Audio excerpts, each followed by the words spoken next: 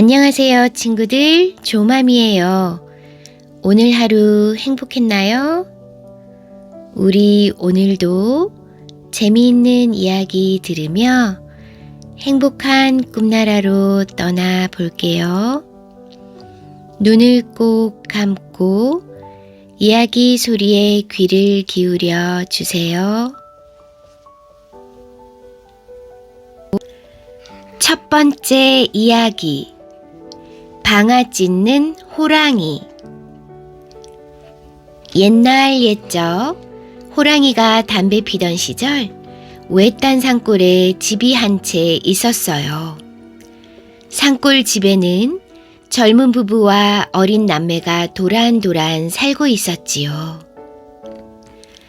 하루는 부부가 먼 산 너머 친척 집에 가게 되었어요. 부부는 집에 남아있을 아이들이 무척 걱정되었지만 너무 먼 곳이라 데리고 갈 수도 없었지요. 부부가 집을 나서자 아이들이 불이 나게 달려왔어요. 말썽 피우지 않을게요. 우리도 데려가세요, 네? 하지만 부부는 아이들을 달래면서 말했어요. 얘들아, 너무 멀어서 같이 갈 수가 없구나. 대신 올 때 떡이랑 고기랑 맛있는 것을 많이 가져올 테니 집 잘 보고 있으렴. 부부는 아이들을 남겨두고 집을 나섰어요. 심심해. 뭐 재미난 일 없을까? 잠깐만 기다려. 오빠는 밖으로 나가 감자 한 소쿠리를 들고 왔어요. 아버지 어머니가 구워 먹으라고 주고 갔거든요. 아이들은 화롯불에 감자를 넣고 굽기 시작했어요. 우와, 맛있겠다. 동생이 신이 나서 소리쳤지요. 감자가 익는 맛있는 냄새가 방 밖으로 솔솔 퍼져나갔어요. 쿵쿵쿵. 이게 무슨 냄새지? 어기적 거닐던 호랑이가 냄새를 맡고 검실검실 마을로 내려오고 있었어요.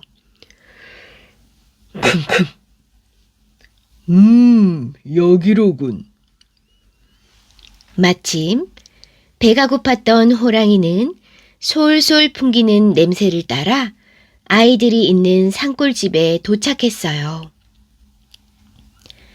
호랑이가 집 안으로 들어와 방 안을 빠끔히 들여다보니 어린아이 둘이서 감자를 맛있게 구워 먹고 있는 거예요.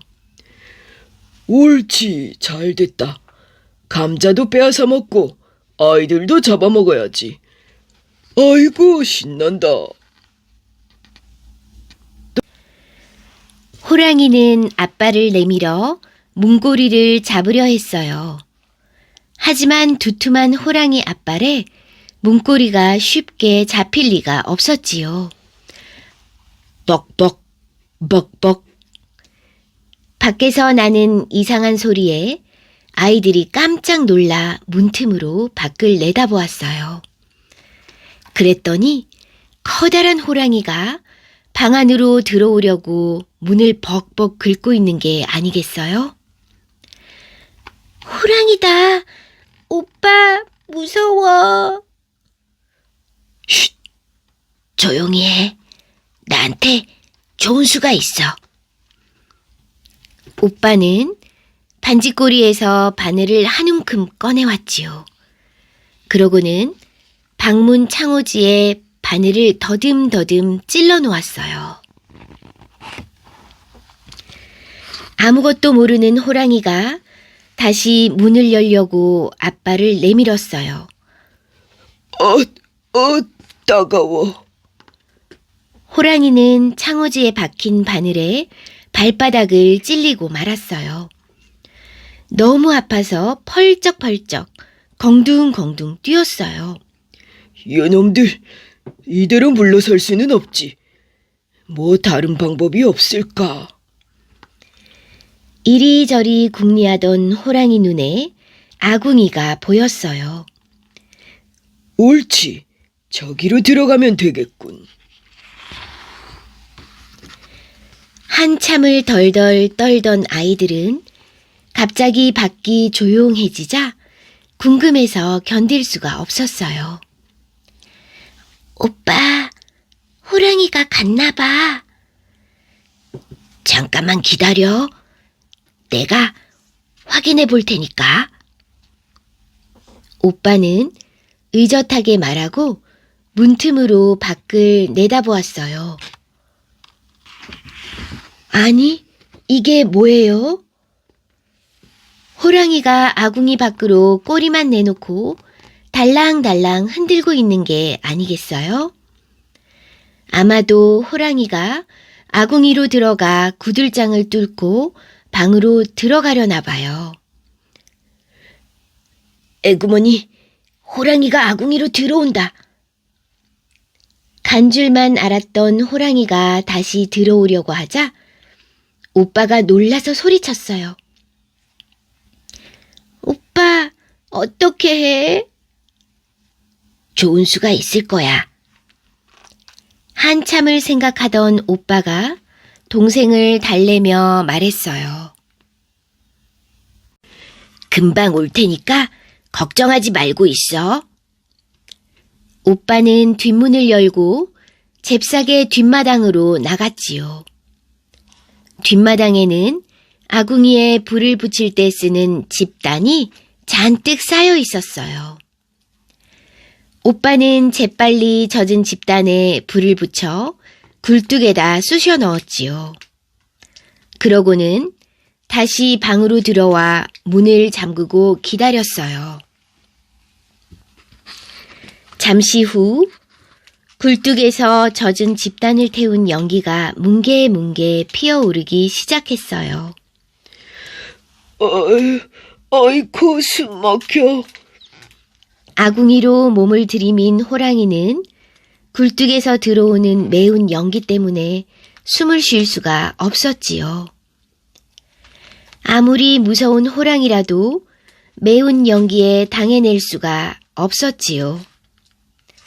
눈물 콧물 흘리며 캑캑대다가 호랑이는 그만 아궁이 밖으로 나오고 말았어요. 우와, 우리가 이겼다. 호랑이도 저렇게 혼이 났으니 이제는 들어오지 못할 거야. 아이들은 신이 나서 소리쳤어요. 하지만 조그만 아이들에게 2번씩이나 호되게 당한 호랑이는 화가 나서 발을 동동 굴렀지요. 이대로 물러서면 호랑이 체면이 말이 아니지. 집 밖을 빙빙 돌던 호랑이는 또다시 들어갈 만한 곳을 찾았어요. 하지만 이번에는 들어갈 곳을 찾기가 쉽지 않았어요. 그때 문득 하늘을 보니 지붕이 보였지요. 호랑이는 잽싸게 지붕으로 올라갔어요. 초가집 지붕을 뚫고 방으로 들어가려나 봐요. 헤헤헤, 요놈들 이렇게 들어갈 줄은 몰랐겠지. 오빠, 호랑이가 갔나 봐. 휴, 이제 살았다. 아이들이 겨우 숨을 고르고 있는데 또 이상한 소리가 들리는 게 아니겠어요? 게다가 지붕까지 들썩들썩 하는 게 뭔가 이상했지요. 오빠, 집이 무너질 것 같아. 깜짝 놀란 아이들이 천장을 바라보는데 갑자기 천장에 구멍이 뻥 뚫리더니 호랑이 다리가 쑥 내려왔어요. 호랑이가 지붕에서 내려온다. 동생이 소리쳤어요. 이번에는 정말 죽었구나 하고 생각한 아이들은 서로 부둥켜 안고 발만 동동 굴렀지요. 그때 동생이 오빠를 쿡쿡 찔렀어요. 오빠, 저거. 방 한구석에는 아까 먹으려던 감자가 화롯불에 잘 구워져 있었지요. 오빠는 재빨리 뜨거워진 감자를 호랑이 발 아래에 갖다 놓았어요. 뜨거워. 호랑이는 한쪽 발을 방 안으로 쑥 내려놓다가 깜짝 놀라 다시 들어 올렸어요. 뜨거워. 그러고는 다른 쪽 발을 내렸는데 또 뜨겁단 말이지요. 아무것도 모르는 호랑이는 너무 뜨거워서 한 발씩 디디며 춤추듯이 쿵쿵 뛰었지요. 지붕으로 다시 올라갈 수도 방으로 내려올 수도 없었지요. 지붕에 반쯤 매달린 채 발만 들어 올렸다 내렸다 하는 거예요. 저 호랑이 좀 봐. 꼭 절구꽁이로 방아 찧는 것 같아. 펄쩍펄쩍 뛰는 호랑이의 모습을 보며 아이들은 무서운 것도 잊은 채 배를 잡고 웃었어요. 좋은 생각이 났어. 좁쌀 좀 가져와봐. 오빠의 말에 동생은 좁쌀을 한가득 가져왔어요. 오빠는 좁쌀을 화롯불에 뜨겁게 달구어서 호랑이 발밑에 갖다 놓았지요. 이번에도 호랑이는 뜨거운 좁쌀에 발을 대어 발을 올렸다 내렸다 하는 거예요. 호랑이 방아다. 호랑이 방아야. 아이들은 좁쌀이 다 찢어지면 또 새 좁쌀을 가져다 놓았어요. 그러면 호랑이가 잘 찢어 놓았지요. 재미난 구경에 아이들은 하루 종일 시간 가는 줄도 몰랐답니다. 저녁 때가 되어 부부가 집으로 돌아왔어요. 에그머니, 이게 뭐야? 부부는 드레드레 매달린 호랑이를 보고 깜짝 놀랐지 뭐예요. 하루 종일 방아를 찢느라 호랑이가 힘이 다 빠져버린 모양이에요. 얘들아, 다친 데는 없니? 아버지, 우린 괜찮아요. 아이들은 웃으며 대답했어요. 도대체 이게 어떻게 된 일이니? 호랑이는 어떻게 된 거고 좁쌀은 또 어느새 찧어 놓았니? 부부는 너무 궁금해서 아이들에게 물었어요. 아이들은 신이 나서 낮에 있었던 일들을 모두 이야기했지요. 부부는 아이들이 무사해서 너무 기뻤어요. 게다가 호랑이도 잡고 좁쌀까지 모두 찧었으니 얼마나 좋았겠어요. 식구들은 방아 찧는 호랑이를 떠올리며 즐겁게 웃었답니다.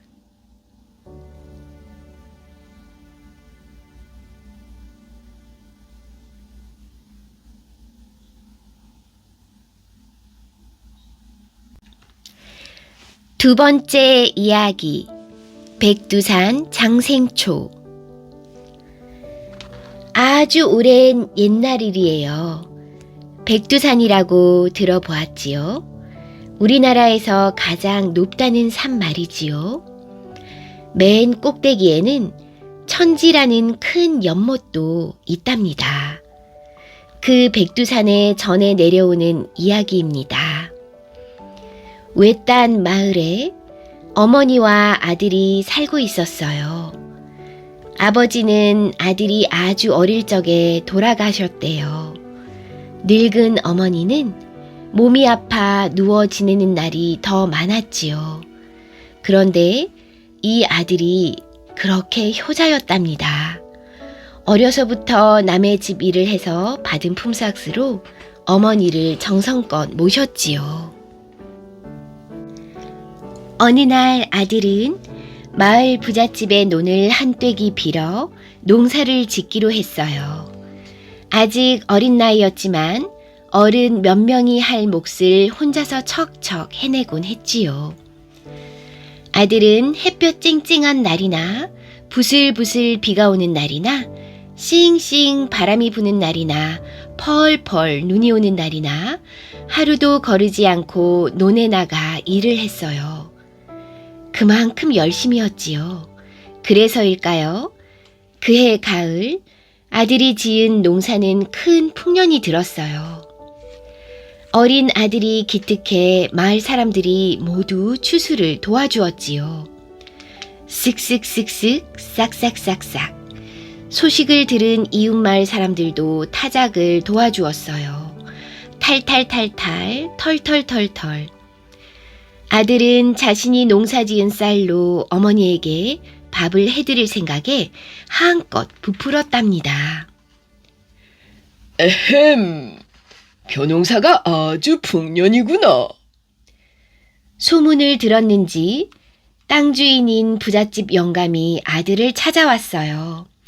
인정머리 없기로 소문난 부잣집 영감을 보고 마을 사람들은 하나 둘 슬그머니 자리를 떠났지요. 1년 내내 내 땅에서 농사를 지었으니 이제 수확한 곡식을 가져가야겠다. 부잣집 영감은 데려온 일꾼을 시켜 곡식을 모두 실어가기 시작했어요. 영감님, 어머니와 제가 겨울을 날 양식은 남겨주셔야지요. 더는 바라지도 않습니다. 아들은 영감의 바짓가랑이를 붙잡고 매달렸어요. 하지만 영감은 아들이 1년간 안달복달 애지중지 키워온 곡식을 홀랑 다 가져버렸대요. 그날 이후로 아들은 산에서 나무를 해다 장에 팔았지요. 그 돈으로 병든 어머니와 함께 근근히 살아갔답니다. 아들이 모처럼 장에서 나무를 팔고 온 날이었어요. 어머니가 좋아하시는 사과 사왔어요. 여기 약도 있어요. 아들은 신이 나서 집으로 뛰어들어가며 말했어요. 아휴, 얘야, 난 괜찮단다. 어머니의 목소리는 개미 목소리만큼이나 작고 희미했어요. 먼저 이 사과부터 드셔보세요. 그럼 기운이 좀 나실 거예요. 사과 향기가 참 좋구나. 너부터 먹으렴. 아들도 사과가 먹고 싶어 침이 고였지만 꾹 참았어요. 전 장에서 먹고 온 걸요. 어서 드세요. 어머니는 그제야 사과를 한 입에 베어 물었어요.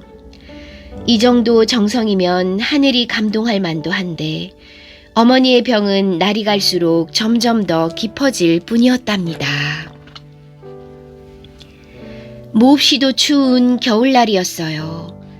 처마 밑에는 고드름이 꽝꽝 얼고 낡은 문풍지는 바람에 후득후득 떨렸지요. 얘야, 아무래도 나는 오래 살지 못할 것 같구나. 내가 죽는 것은 괜찮지만 어린 너를 혼자 두고 갈 생각을 하니. 늘 웃는 모습만 보이던 어머니는 눈물을 뚝뚝 흘리고 말았어요. 아들은 어머니의 말에 가슴이 쿵 하고 내려앉는 것 같았지요. 어머니, 그런 말씀 하지 마세요. 제가 어머니 병을 꼭 고쳐드릴게요. 아들은 그때 결심했어요. 무슨 일이 있어도 어머니 병을 꼭 고치겠다고 말이에요. 다음 날 아들은 아침 일찍 집을 나섰어요. 마을에서 가장 나이가 많고 아는 것도 많다는 할아버지를 찾아갔지요. 할아버지, 저희 어머니의 병을 고칠 약을 찾고 있어요. 아들은 할아버지에게 구구절절 이야기를 했어요. 아들의 지극한 효심에 할아버지는 주르륵 눈물을 흘렸답니다. 얘야, 어머니를 생각하는 내 마음은 잘 알겠나만. 그런데 이 세상에 그런 약이 어디 있겠니? 다만 할아버지, 제발 아는 것이 있으면 모두 말씀해 주세요. 아들의 간곡한 부탁에도 곰방대만 뻑뻑 빨던 할아버지는 한참 만에 입을 열었어요. 얘야, 날 따라오게나.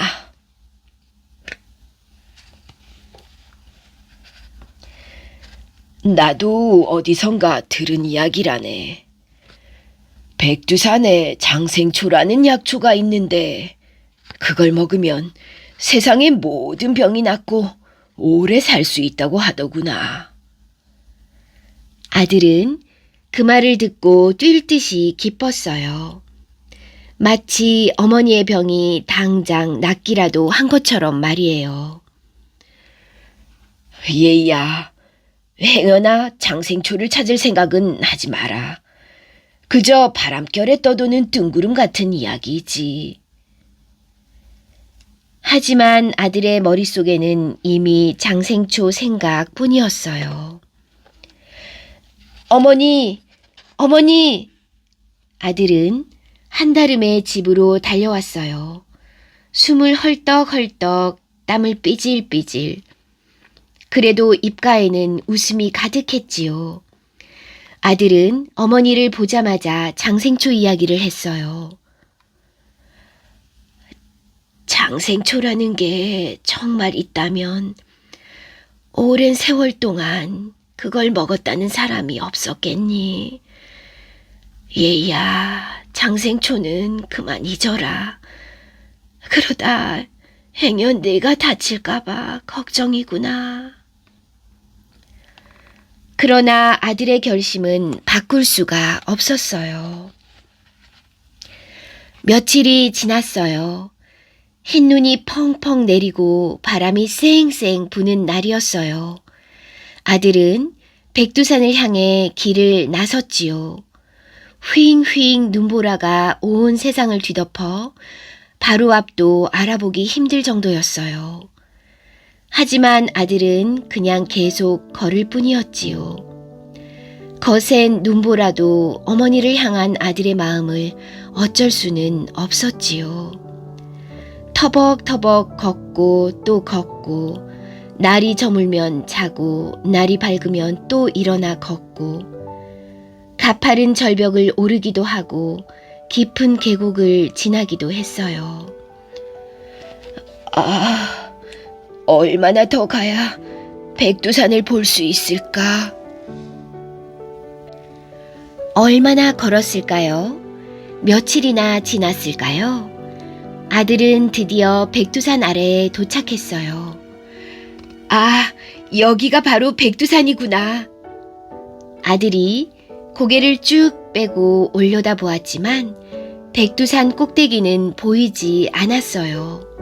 뭉게뭉게 흰 구름이 높디 높은 백두산 꼭대기를 가리고 있었거든요. 마치 백두산이 흰 구름 모자를 쓴 것 같았지요. 저쪽 봉우리에서는 폭포수가 쏴쏴 흘러내리고 있었어요. 아들은 무엇에 홀린 것처럼 한동안 꼼짝 않고 서 있었어요. 그때였어요. 어느 틈에 다가왔는지 한 할머니가 서 있었어요. 이보게 젊은이, 여기까지 어떻게 왔나? 그런데 이 할머니의 행색이 보통이 아니었지요. 머리는 호호 백발이고 허리는 구부정한데 눈빛은 맑게 반짝였거든요. 아들은 얼른 장생초 이야기를 했어요. 백두산에 온 거라면 잘 찾아왔구먼. 그렇지만 이곳에 장생초는 없다네. 할머니의 말에 아들은 힘이 쭉 빠졌어요. 할머니, 정말 장생초는 세상에 없는 건가요? 할머니는 얼굴을 찌푸리며 작게 중얼거렸어요. 장생초는 그만 포기하게나. 너무도 실망한 아들은 그 자리에 털썩 주저앉고 말았지요.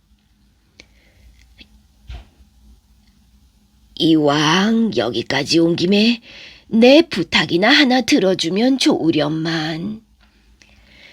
착한 마음을 가진 아들은 할머니의 부탁을 들어주기로 마음먹었어요.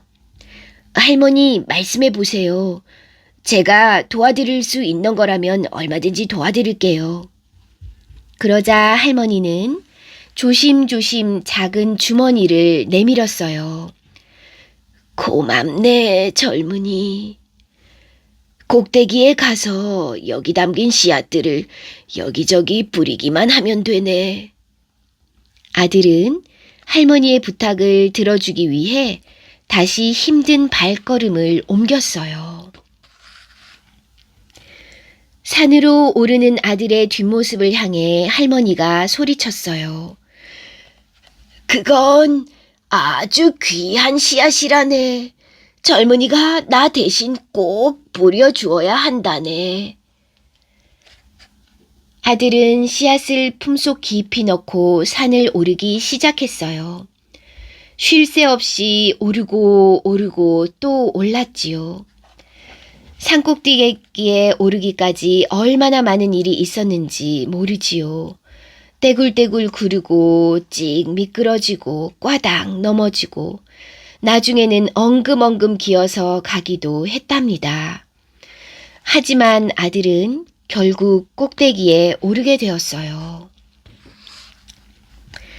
산 꼭대기에 오른 아들은 몸도 마음도 지칠 대로 지쳐 있었어요. 하지만 신신당부하던 할머니를 생각하며 겨우겨우 힘을 냈지요. 아들이 품속에서 씨앗 주머니를 꺼냈을 때였어요. 이게 웬일이에요? 방금 전까지 휘몰아치던 눈보라가 그치더니 따뜻한 햇볕이 내리쬐는 거예요. 그뿐이 아니었어요. 그 햇볕은 순식간에 쌓인 눈을 녹이더니 파릇파릇 싹을 틔우고 꽃을 피웠지요. 와! 아들은 두 팔을 한껏 벌려 따뜻한 햇볕을 온몸으로 느꼈어요.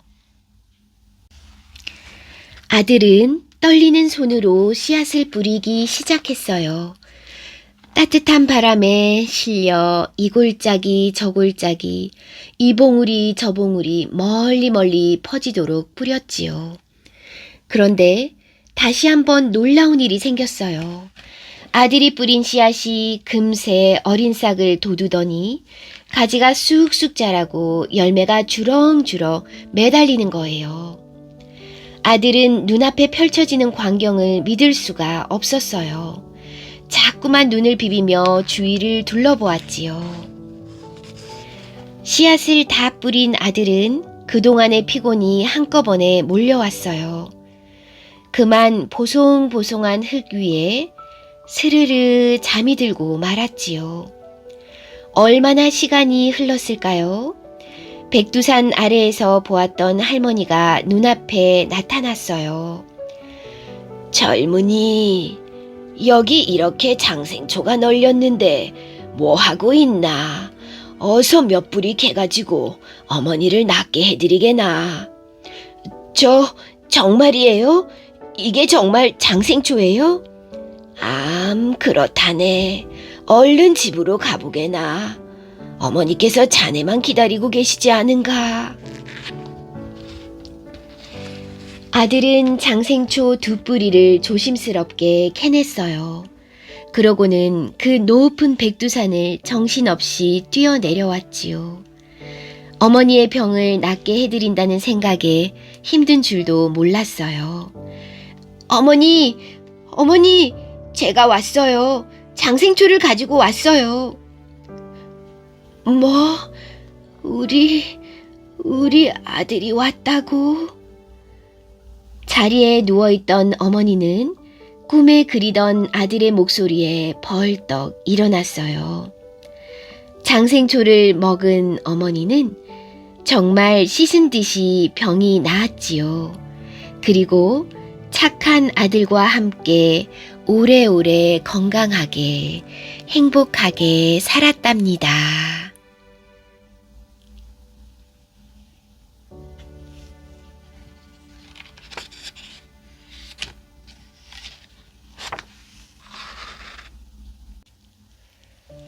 세 번째 이야기. 닭값과 모이값. 옛날 어느 마을에 욕심쟁이 부자 영감이 살고 있었어요. 이 마을 저 마을에 넓디 넓은 땅을 많이 가지고 있었지요. 그런데도 얼마나 욕심이 많은지 다른 사람들이 가진 것을 보면 어떻게든지 뺏으려고 했지요. 부자 영감이 욕심을 한번 부리기 시작하면 쭉 찢어진 눈은 두리번 감자 같은 콧구멍은 벌름벌름, 올금볼금 궁둥이는 들썩들썩 안달이 났지요. 부자 영감은 제 손으로 일을 하지 않았어요. 가난한 농부들에게 땅을 빌려주어 농사를 짓게 했지요. 그러고는 추수 때가 되면 어기적 나타나 터질 듯이 살찐 볼을 실룩거리며 말했어요. 햄, 곡식 받으러 왔네. 아이고 영감님, 조금만 더 남겨주시지요. 식구가 늘어서 먹고 살기가. 가난뱅이 농부가 울며 불며 사정을 했지요. 그렇다고 욕심 많은 부자 영감이 그 말을 들어줄 리가 없겠지요. 딱 잘라 거절했지요. 나도 먹고 살아야겠네. 그러고는 농부가 애써 거둔 곡식을 눈꽃만큼이나 남겨놓고 바리바리 실어가 버렸지요. 식구가 많은 가난뱅이 농부네 곳간은 얼마 못 가 텅텅 비었어요. 밤이면 쥐들까지 떼를 지어 나타나 소란을 피웠지요. 찍찍찍찍. 가난한 집에는 사람도 동물도 모두 배가 고팠답니다. 한편 부자 영감네 곳간에는 곡식이 그득그득 쌓여갔어요. 23, 53, 94섬. 올해는 꼭 만섬을 채워야 할 텐데. 욕심쟁이 부자 영감은 매일매일 곡식을 세느라 잠을 다 설칠 정도였어요. 그러던 어느 해 봄이었어요. 하루는 가난뱅이 농부가 부자 영감을 찾아와 말했지요. 영감님, 마당 좀 빌려주십시오. 보리타작을 하려는데 저희 집 마당은 너무 좁아서요. 쩔쩔매며 부탁하는데 비실비실 며칠째 죽 한 그릇 못 먹은 꼴이었어요. 부자 영감이 마지못해 허락했지요. 마당 흙이 파이지 않도록 조심조심하게 나. 잔소리 한마디도 잊지 않았어요. 가난뱅이 농부는 조심조심 보리타작을 시작했어요. 도리깨질에 맞춰 흥겹게 노래까지 불렀지요. 내 도리깨 옹해야, 네 도리깨 옹해야, 잘도 치네 옹해야. 도리깨를 내리치자 보리나다들이 여기저기 튀어오르네. 타닥 타닥 타닥 타닥 타다닥 타다닥 탁탁탁 사방팔방 위아래로 방정맞게 보리나달들이 튀어 온마당에 가득했어요. 그때였어요. 한쪽에서 잘 놀고 있던 병아리가 갑자기 도리깨질을 하고 있는 곳으로 종종거리며 달려오는 거예요. 삐약 삐약 삐약 삐약 삐약 삐약 삐약 삐약. 도리깨질이 한창인 농부는 구슬 같은 땀이 눈앞을 가려 아무것도 보지 못했어요. 그러다가 어이쿠 삐약. 도리깨로 그만 병아리를 내리치고 말았지 뭐예요. 그래, 이제 어찌할 텐가? 멀리서 보고 있던 욕심쟁이 부자 영감이 기다렸다는 듯이 냉큼 다가와 물었어요. 제 실수로 병아리가 죽었으니 값을 물어드려야지요. 그럼 10단량만 내게. 부자 영감은 투실투실 살찐 손을 쑥 내밀었지요. 서너 푼도 안 될 병아리 값이 열단량이라니요. 기가 막힌 농부가 도리깨를 내려놓고 따졌어요. 아니, 남의 귀한 병아리를 죽여놓고 무슨 큰 소리냐? 그렇다면 좋습니다. 원님한테 갑시다. 두 사람은 씩씩거리며 집을 나섰어요. 가난뱅이 농부는 눈을 벌겋게 뜨고 10단량 큰 돈을 빼앗길 수 없었고, 욕심쟁이 부자 영감은 벼락같이 찾아온 이 기회를 놓칠 수 없었거든요. 꼬불꼬불 꼬불한 길을 꼬불꼬불 걸어갔지요. 원님 앞에 도착한 두 사람은 납죽 절을 했어요. 먼저 가난뱅이 농부가 떨리는 목소리로 사정을 이야기하자 욕심쟁이 부자 영감도 아부 섞인 말로 간드러지게 말했어요.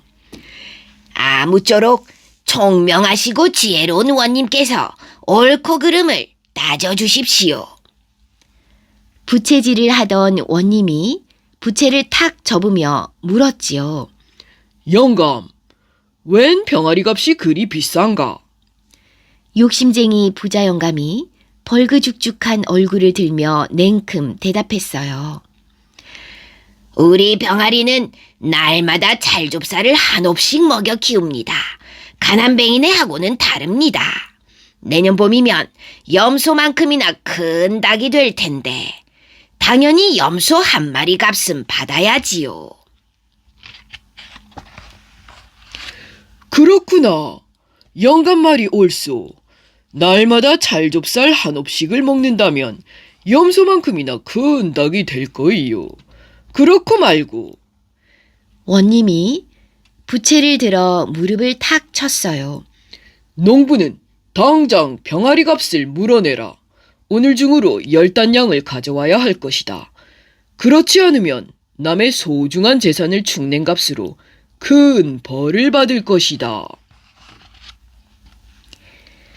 농부는 집으로 가다 말고 마을 고갯마루에 멈춰서서 자신의 오두막집을 물끄러미 내려다보았어요.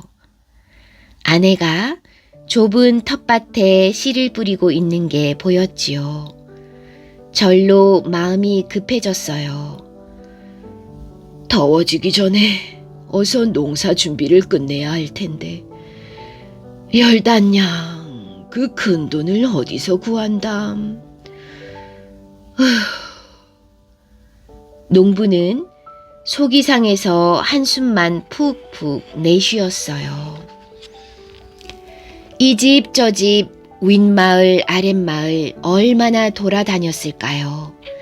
하지만 가난뱅이 농부에게 10단량을 선뜻 빌려주겠다는 사람은 없었지요. 가물가물 날도 저물어 가는데 집으로 돌아온 농부는 참았던 울음보를 터뜨렸어요. 아이고, 10단량을 마련하지 못하면 우리는 이제 죽었네. 욕심쟁이 영감 때문에 우리는 이제 죽는다네. 울음소리에 놀란 사람들이 웅성웅성 모여들었어요. 농부의 이야기를 듣고는 저마다 성이 나서 떠들어댔어요. 못된 욕심쟁이 같으니라고. 끝없는 욕심 때문에 또 한 사람이 죽게 되는구나. 옳은 판결을 해야 하는 원님조차 부자 영감 편이라니. 가재는 개편이라고. 윗물 아랫물이 다 썩은 탓이야. 모두들 도와줄 돈은 한 푼 없지만 마음만은 따뜻한 사람들이었어요. 나 좀 보세. 지나가던 한 사람이 헛기침을 하며 농부를 불렀어요. 오늘 장에 나가 염소를 팔아온 돈이라네. 윗마을에 사는 털보 아저씨가 메고 있던 보퉁이를 풀어 10단량을 꾸러미 채로 내놓았지요. 세상에 이렇게 고마울 때가. 농부와 아내가 울먹이며 돈을 받았어요. 돈보다 사람이 먼저 살아야지. 안 그런가? 마을 사람들까지도 털보 아저씨에게 고맙다고 인사를 했지요. 농부는 털보 아저씨가 빌려준 돈을 가지고 집을 나섰어요. 마을 사람들도 줄지어 따라 나섰지요. 꼬불꼬불 꼬불한 길을 꼬불꼬불 걸어갔지요. 하얀 저녁달이 뜰 무렵에야 농부는 원님 앞에 섰어요. 돈을 구하느라 늦었습니다. 농부는 납죽 절을 하고는 돈꾸러미를 부자 영감에게 건넸어요. 짤그락짤그락 돈을 만지는 부자 영감의 입이 해 벌어져서 찢어질 지경이었지요. 그 광경을 본 원님이 다시 부자 영감에게 물었어요. 병아리한테 날마다 찰좁쌀 한 옵씩을 먹인다면 내년 봄까지는 얼마나 들겠는가? 그야 한 섬가웃은 되겠지요. 그렇다면 영감은 농부 덕에 찰좁쌀 한 섬가웃을 번 셈이 되겠구나. 그게 다 병아리를 죽인 농부 덕이니 그 찰좁쌀 한 섬가웃 값을 농부에게 주도록 하여라. 욕심쟁이 부자 영감은 어리둥절해져서 두 눈만 껌뻑거렸어요. 곰곰 생각해보니 그 말도 옳았지요. 부자 영감은 피둥피둥 살찐 손을 바르르 떨며 10단량을 고스란히 내놓고 말았지요. 만세! 우리 원님 만세! 가난뱅이 농부가 원님 앞에 납죽 절을 했어요. 따라온 마을 사람들도 납죽납죽 절을 했지요. 모두들 덩실덩실 춤을 추며 만세를 외쳤지요. 욕심쟁이 부자 영감은 어떻게 되었을까요? 헬금헬금 동네 사람들의 눈치를 살피다가 살금살금 사람들 틈을 빠져나올 수밖에 없었지요. 그러고는 신을 벗어들고 걸음아 날 살려라 도망치고 말았답니다.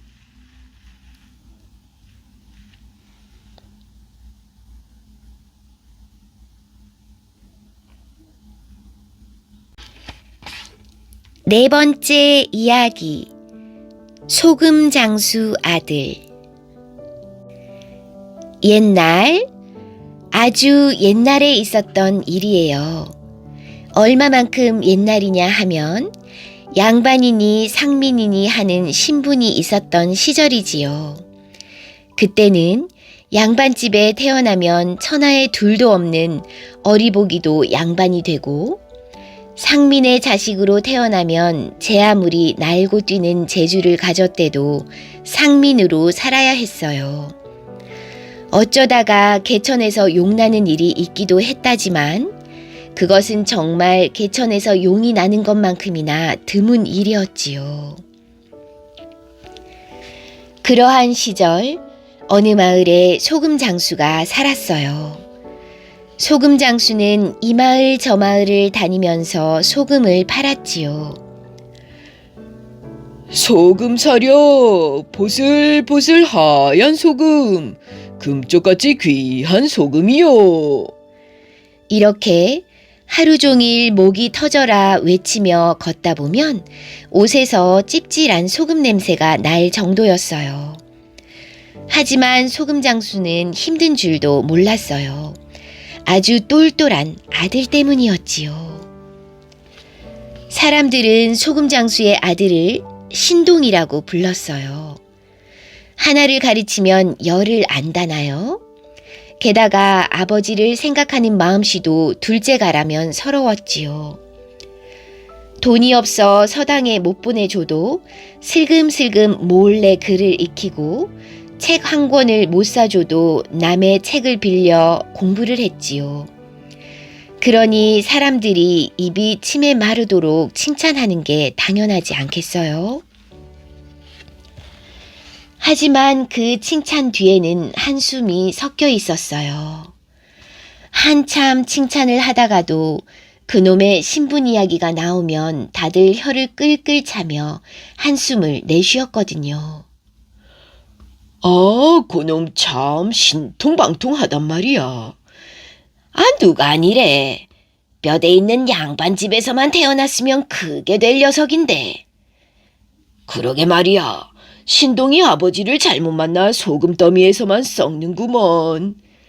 사람들은 소금장수 아들이 제 아무리 뛰어나 봤자 큰 인물이 되지 못하는 게 너무 안타까웠어요. 물론 안타깝기로는 아버지인 소금장수가 더했지요. 이렇게 영특한 아이가 과거를 볼 수 없다니. 소금장수인 내 처지가 정말 한심하구나. 소금장수는 새근새근 잠든 아들을 보면서 혼자 중얼거렸어요. 그러던 어느 날이었어요. 소금장수는 대단한 결심을 했는지 꼭두새벽부터 아들을 흔들어 깨웠지요. 그러고는 진지한 표정으로 말했어요. 지금 당장 보따리를 싸서 집을 나가거라. 그리고 내 신분을 감추고 과거를 보거라. 소금장수 아들은 아버지의 말대로 곧장 집을 떠났어요. 과거를 보려면 한양으로 가야겠지? 일단 한양으로 가보자. 소금장수 아들은 부랴부랴 발걸음을 옮겼지요. 며칠 동안 쉬지 않고 걸었어요. 발바닥이 화끈거려 불이 날 지경이었지요. 이야, 여기가 말로만 듣던 한양이로구나.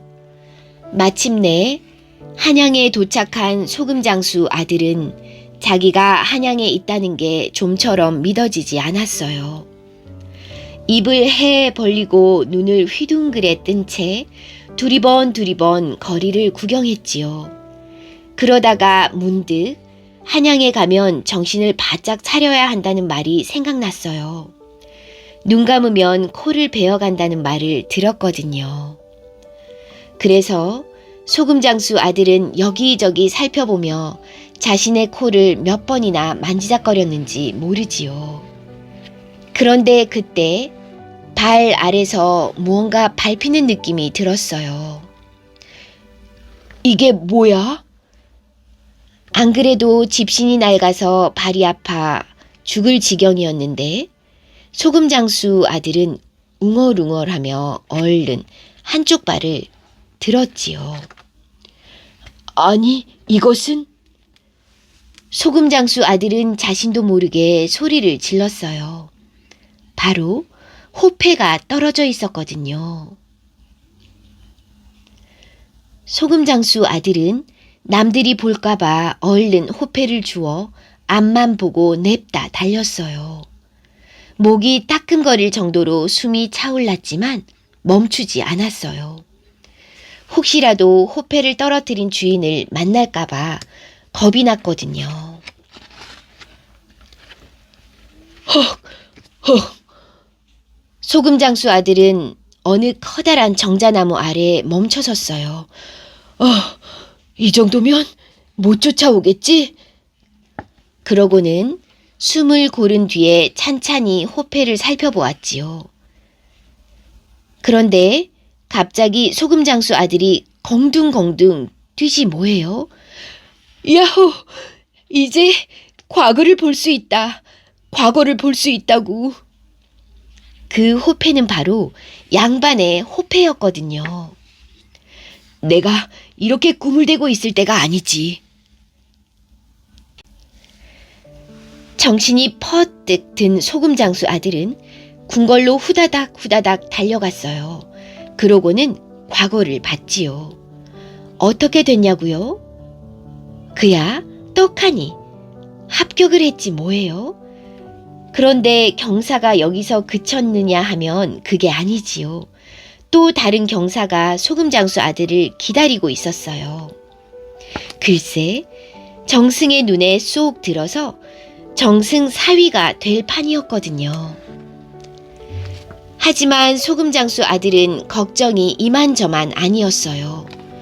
어찌어찌 운이 좋아 과거를 보고 합격까지 했지만 부모님 없이 혼례를 올릴 수는 없었으니까요. 이를 어쩐다? 소금장수 아들은 몇 날 며칠을 고민에 빠졌어요. 양볼이 홀쭉해질 정도로 말이지요. 아무래도 이 방법밖에는 다른 방도가 없겠어. 소금장수 아들은 혼례식 때 입을 옷가지와 말 한 피를 구해서 몰래 자신의 집으로 보냈어요. 아이코, 혼례식을 보려면 빨리 서둘려야겠네. 여보, 마누라, 얼른 개떡 좀 만들어주구려. 소금장수는 아들이 보내준 옷을 차려입으며 말했어요. 정승사위가 될 판인데 그깟 개떡을 먹겠소. 무슨 소리요? 우리 아들이 개떡이라면 자다가도 눈을 번쩍 뜨지 않았소. 이렇게 해서 소금장수는 개떡 함지를 짊어진 채 한양으로 가게 되었어요. 그런데 생각 좀 해보라지요. 도포 차림에 떡 함지를 지고 말을 탔으니 정말 볼만 했겠지요. 아무튼 소금장수는 그렇게 하고 정승 집으로 갔지요. 허허, 그런데 정승이 그 꼴을 보니 기가 딱 막혔지요. 게다가 더 황당한 것은 소금장수가 떡 함지를 풀어놓으며 하는 말이 있었지요. 얘야, 내가 개떡을 좀 쪄왔단다. 어서 와서 먹어보려무나. 아가, 너도 한번 먹어보렴. 우리 애가 자다가도 벌떡 일어나 먹는 그 개떡이란다. 정승은 화가 치밀어 올라 어흠! 하고 큰 기침을 해댔지요. 바로 그때였어요. 눈치 없는 소금장수가 집안을 휘 돌아보다가 잔뜩 쌓여있는 뗄나무를 보게 된 거예요. 아이코, 뗄나무 한번 큼지막하구나. 그래, 저 많은 나무를 너희 장인어른께서 하셨다냐. 참 부지런도 하시지. 그 말을 들은 정승은 그만 소금장수의 신분을 모두 알아버렸지요. 정승은 더 이상 참지 못하고 불호령을 내렸어요. 여봐라, 저 사기꾼 부자를 냉큼 쫓아내라. 말이 떨어지기가 무섭게 하인들이 달려와서는 소금장수와 아들을 대문 밖으로 내쫓았지요. 서방님 걱정에 뜬 눈으로 밤을 지샌 정승딸은 다음 날 날새기가 무섭게 부엌으로 갔어요. 그러고는 무슨 꿍꿍이 속인지 하인들에게 이렇게 말했지요. 오늘부터 음식을 할 때 절대로 소금을 넣지 마라. 알겠느냐? 아무것도 모르는 하인들은 그저 정승딸이 시키는 대로 했어요. 아침상을 받은 정승은 대번에 숟가락을 놓으며 소리쳤어요. 아니, 나보고 이것을 먹으라고 하는 거냐? 어찌 국이며 반찬이며 하나같이 간이 안 맞느냐? 정승은 당장의 하인들을 부르라며 고래고래 고함을 질렀어요. 바로 그때 정승딸이 말했지요. 아버지, 실은 제가 시켜서 한 일입니다. 서방님의 근본이 소금장수라고 내쫓으시기에 아버지께서 소금도 싫어하시는 줄 알고. 딸은 계속 말을 이었어요. 아버지같이 나란 일을 보시는 분께서 소금장수를 천대하시면 누가 소금장수를 하려고 하겠습니까? 소금장수가 있어 백성들이 음식을 맛있게 먹을 수 있으니 소금장수야말로 백성을 위하는 사람들이지요. 그러니까 소금장수가 진정 양반이나 다름없습니다. 딸의 말을 가만히 듣고 있던 정승은 이내 고개를 끄덕였어요. 그러고는 곧 소금장수 아들을 불러들였어요. 물론 혼례식도 다시 잘 치러주고 말이에요. 그리고 소금장수는 영리한 아들을 둔 덕분에 으리으리한 집에서 한평생 떵떵거리며 잘 먹고 잘 살았답니다.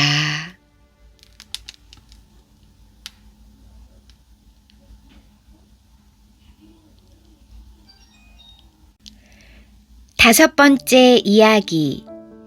아름다운 가치가 담긴 탈무드. 아버지와 다이아몬드.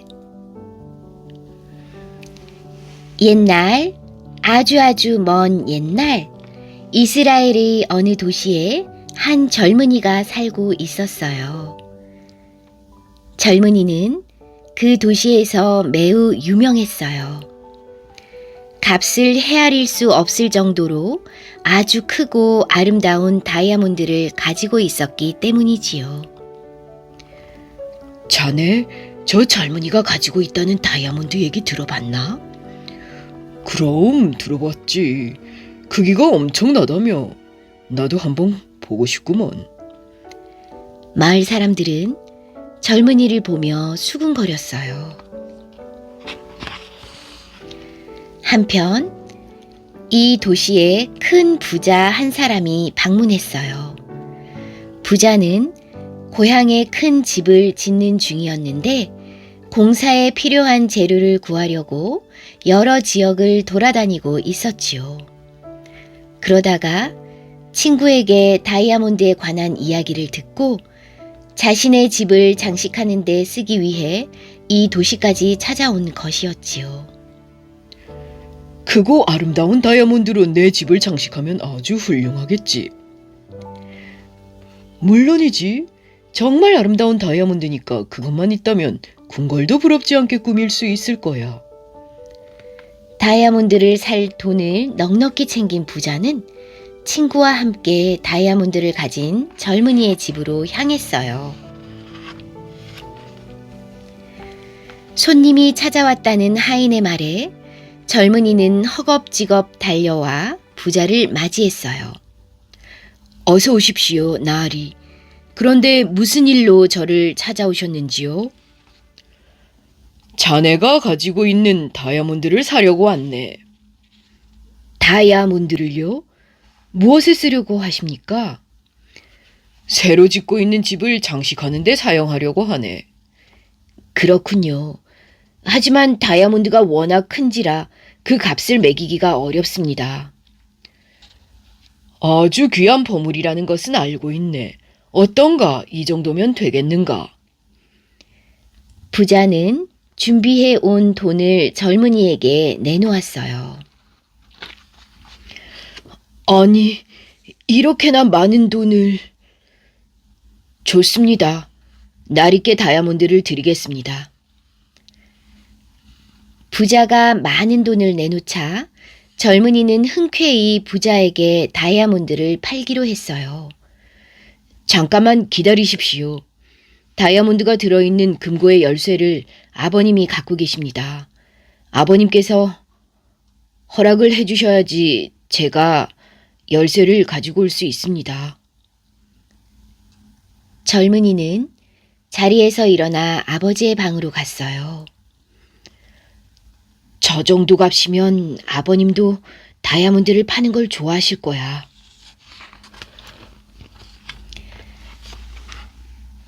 아버지 방에 들어선 젊은이는 멈칫했어요. 마침 아버지가 베개 밑에 금고 열쇠를 넣어둔 채 곤히 낮잠을 자고 있었기 때문이지요. 금고 열쇠를 꺼내기 위해서는 자고 있는 아버지를 깨워야 했어요. 이를 어쩌지? 지금 금고에서 다이아몬드를 꺼내야 비싼 값에 팔 수 있는데. 젊은이는 잠시 고민에 빠졌어요. 요 며칠 동안 아버지께서 도통 잠을 이루지 못했던 터라 더욱더 낮잠을 깨우는 것이 망설여졌지요. 아무리 좋은 조건의 다이아몬드를 팔 수 있다 하더라도 이렇게 곤히 주무시는 아버님을 깨우는 것은 옳지 않아.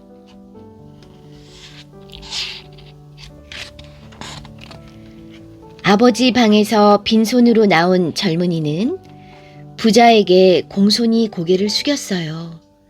나리, 죄송합니다. 다이아몬드를 나리께 팔 수 없겠습니다. 아니, 그게 무슨 소린가? 내가 가져온 돈이 부족한가? 아닙니다, 나으리. 사실 지금 제 아버님께서 금고 열쇠를 베개 밑에 넣어둔 채 낮잠을 주무시고 계십니다. 혹시 다음에 다시 와 주실 수 없을까요? 안 되네. 나는 곧바로 고향으로 돌아가 봐야 하네. 다이아몬드 하나를 사자고 그 먼 거리를 다시 돌아올 수는 없지 않은가. 자네 아버지를 잠깐만 깨워보게나. 부자는 이해가 되지 않는다는 듯 젊은이를 다그쳤어요. 다이아몬드를 아무리 좋은 가격에 팔 수 있다 하더라도 곤히 주무시고 계신 아버님을 깨울 수는 없습니다. 나으리, 그렇게 바삐 돌아가셔야 한다면 다이아몬드를 드리지 못하겠네요. 죄송합니다.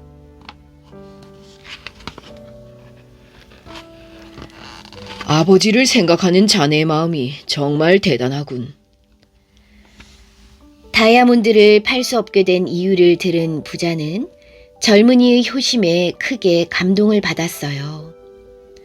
알았네. 그냥 돌아가야겠네. 귀한 다이아몬드를 손에 넣지 못한 것은 참으로 아쉬운 일이지만 다이아몬드만큼 귀한 자네의 효심을 보았으니 아예 헛걸음을 한 것은 아니로군. 고향으로 돌아간 부자는 젊은이의 지극한 효심을 사람들에게 널리 전했답니다.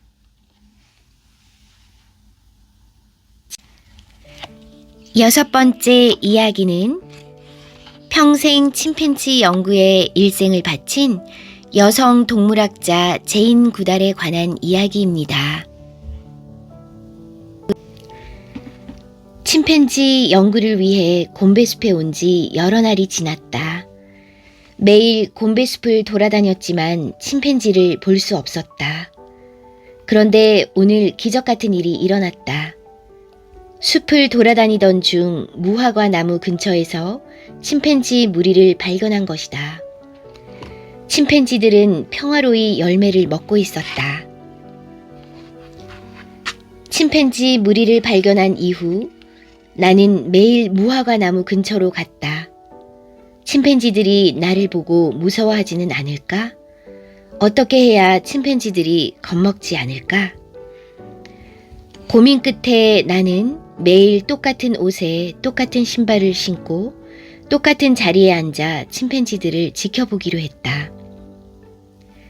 침팬지들도 나에게 익숙해질 시간이 필요하다고 생각했기 때문이다. 침팬지들은 아주 가끔 나를 쳐다보는 듯 했다.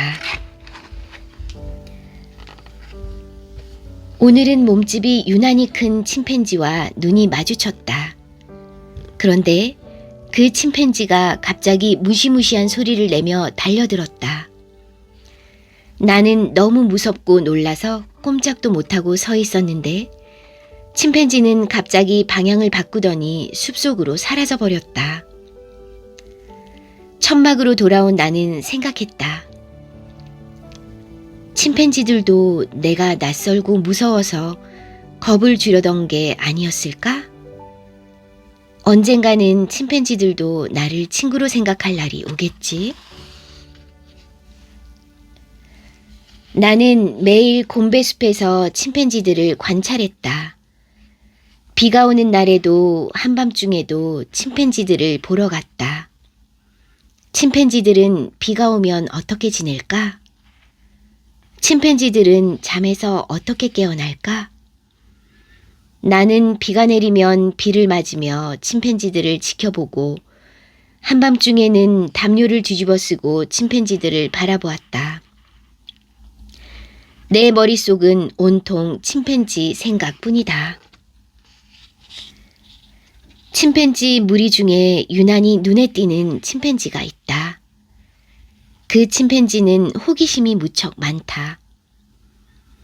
다른 침팬지들은 내가 조금만 움직여도 달아나거나 으르렁거리는데 그 녀석은 내가 가까이 다가가도 별로 무서워하지 않는다. 아무래도 나에게 조금은 관심이 있는 것 같다. 나는 그 침팬지에게 데이빗 그레이 비어드라는 이름을 지어주었다. 회색 수염이 난 데이빗이라는 뜻이다. 처음에는 곰베숲의 침팬지들이 다 똑같이 보였다. 하지만 오랫동안 침팬지들과 함께하다 보니 각각의 침팬지들을 구별할 수 있게 되었다. 신기하게도 침팬지들은 한 마리 한 마리 성격이 다르다. 마치 사람처럼 말이다. 나는 침팬지들에게 이름을 붙여주었다. 마이크, 플로, 골리앗. 멋진 이름을 가진 침팬지들이 점점 많아지고 있다. 내가 지내는 천막 근처로 데이빗이 찾아왔다. 나는 반가운 마음에 바나나를 내밀었다. 데이빗은 오래 망설이더니 조심스레 손을 뻗었다. 가슴이 두근두근 뛰었다.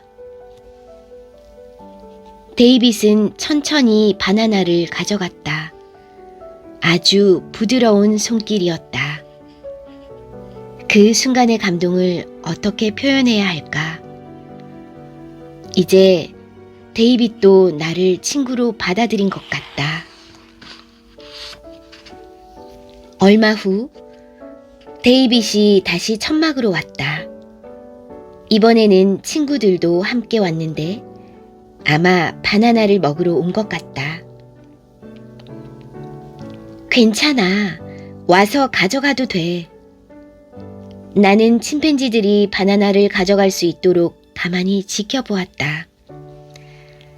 눈치를 보며 엉덩이를 실룩거리다가 잽싸게 바나나를 낚아채는 녀석. 손에 든 바나나는 절대 가져가지 않는 녀석. 침팬지들은 모두 다르게 행동했다. 나는 그런 침팬지들을 웃으며 바라보았다. 침팬지들은 더 이상 나를 보고 달아나지 않았다. 덕분에 침팬지들을 관찰하는 것이 훨씬 쉬워졌다. 어느 날 데이빗이 풀줄기로 땅을 푹푹 찌르는 것을 보았다. 무엇을 하고 있는지 궁금해서 자세히 살펴보았다. 세상에, 데이빗이 풀줄기를 이용해 흰개미를 잡아먹고 있다니. 나는 놀라서 입이 쩍 벌어졌다. 어느 누구도 동물이 도구를 사용할 수 있다는 사실을 알아내지 못했다. 내가 그 사실을 처음 발견한 것이다.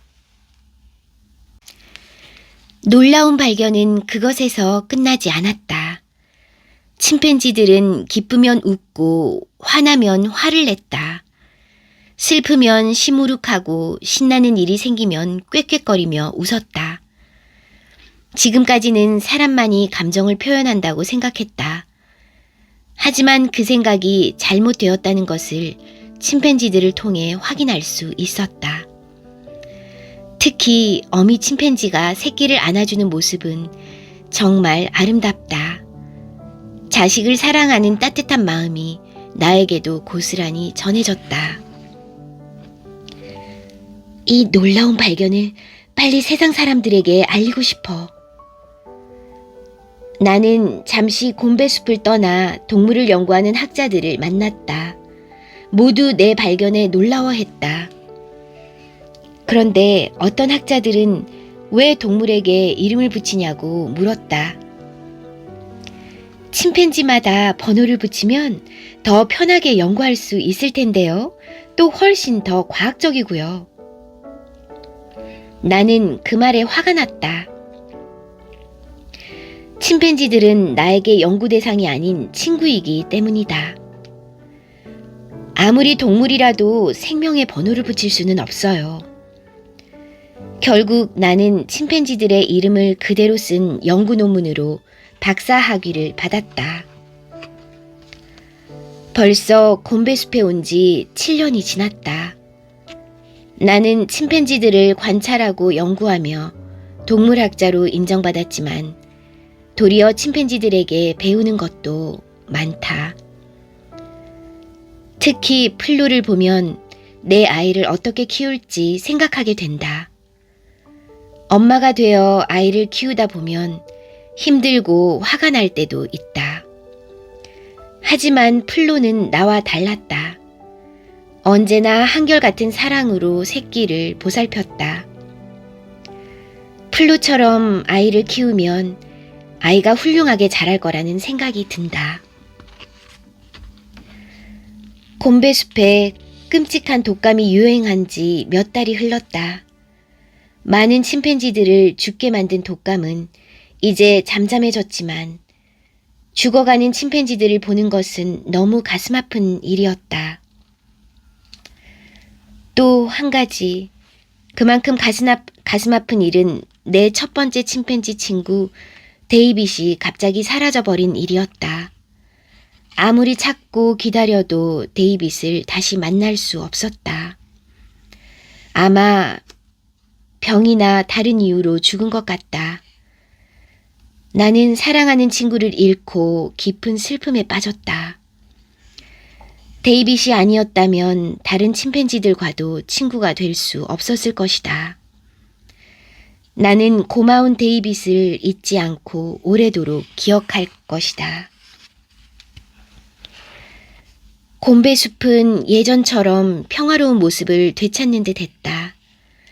어린 침팬지들이 뛰어노는 모습이 내 슬픔을 달래주었다. 하지만 아프리카 곳곳에서 나쁜 소식이 들려왔다. 마구잡이 개발과 사냥으로 야생동물들이 죽어간다는 것이었다. 곰배숲도 더 이상 안전한 곳은 아니었다.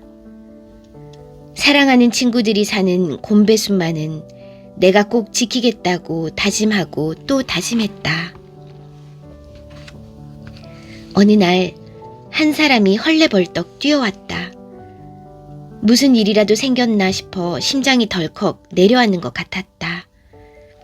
역시 나쁜 예감은 딱 맞아 떨어졌다. 침팬지를 몰래 잡아다 파는 곳을 찾았어요. 나는 한달음에 작은 시장의 외진 곳까지 달려갔다. 침팬지들이 좁은 우리에 갇히거나 밧줄에 꽁꽁 묶여 있었다. 실험용이나 애완용으로 침팬지를 팔고 있었던 것이다. 마음속에서 뜨거운 분노가 치밀었다. 나는 이제 큰 결정을 내리려고 한다. 20년이 넘는 세월 동안 침팬지들을 관찰하고 연구해 왔지만 이제 남은 삶 동안은 자연과 동물을 보호하는 데 힘쓸 것이다. 파괴되는 자연 속에서 보호받지 못하는 침팬지들을 보며 자연과 동물을 보호하는 일이 얼마나 중요한지 세상에 널리 알리기로 결심했다. 그것이 내가 사랑하는 곰배숲의 침팬지들과 더 많은 동물들을 지킬 수 있는 일이기 때문이다. 오랫동안 곰배숲을 떠나 있어도 침팬지 친구들은 나를 이해해 줄 것이다. 내 마음은 항상 여기 친구들과 함께 있을 테니까 말이다.